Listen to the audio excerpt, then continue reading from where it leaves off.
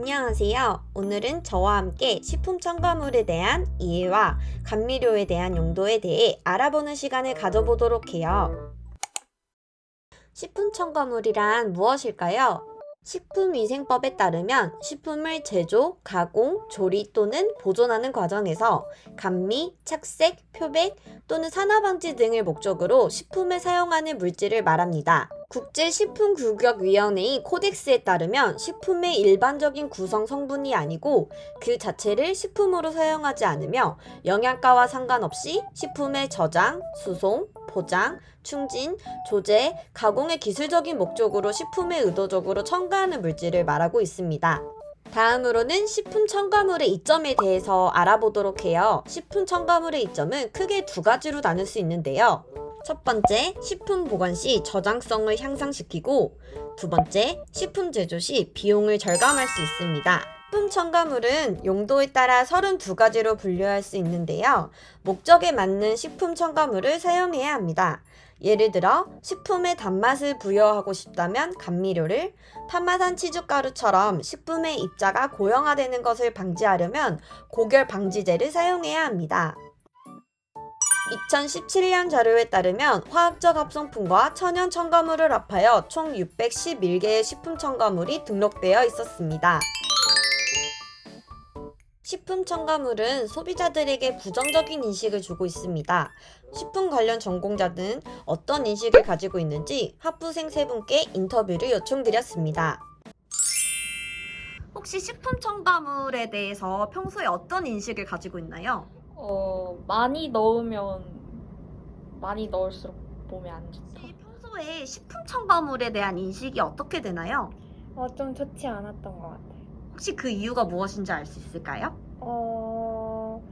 아무래도 약간 첨가물이라고 하니까 뭔가 음식 그대로의 그게 아니라 뭔가 많이 들어가면 좀 건강에도 안 좋을 것 같고, 네, 약간 그럴 것 식품 첨가물에 대한 평소 인식이 어떻게 되나요?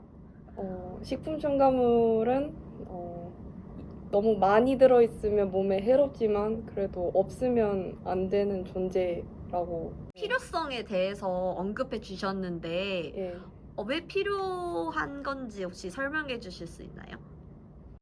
만약 소세지에 아질산 나트륨이 들어가지 않아서 붉은 빛의 색깔이 나오지 않다면 그렇게 맛있어 보이지도 않을 거라고 생각을 해서 식품 첨가물은 많으면 많을수록 안 좋지만 그래도 분명히 넣어야 된다는 점은 분명하다 생각합니다.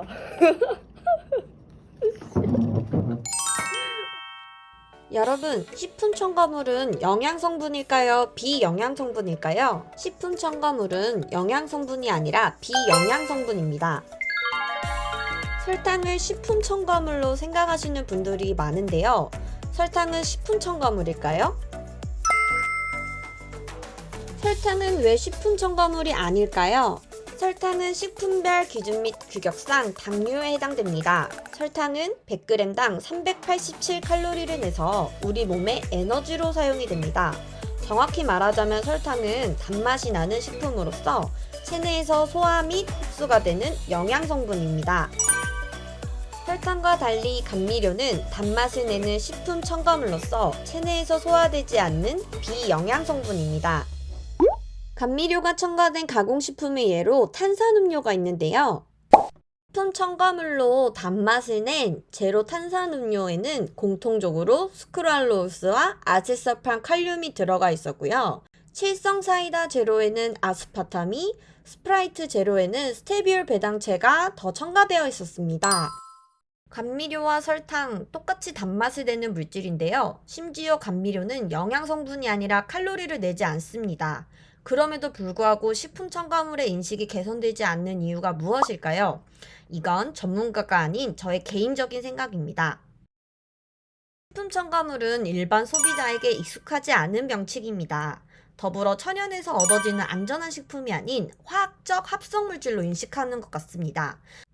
반대로 설탕은 여러 제품을 통해 익숙한 명칭일 뿐만 아니라 합성물질이 아닌 천연의 식품으로 인식하는 것 같습니다. 모든 물질은 양면성이 있습니다. 너무 과하게 사용하거나 먹으면 부작용, 건강상의 문제가 생길 수 있어요. 따라서 좋다, 나쁘다와 같은 극단적인 평가보단 식품 첨가물 괜찮다 라는 생각을 가지면 어떨까요? 여러분의 안전을 위해 식품의약품 안전처는 존재하고 있으니 안심하시고 드셔도 될 것 같습니다. 감사합니다.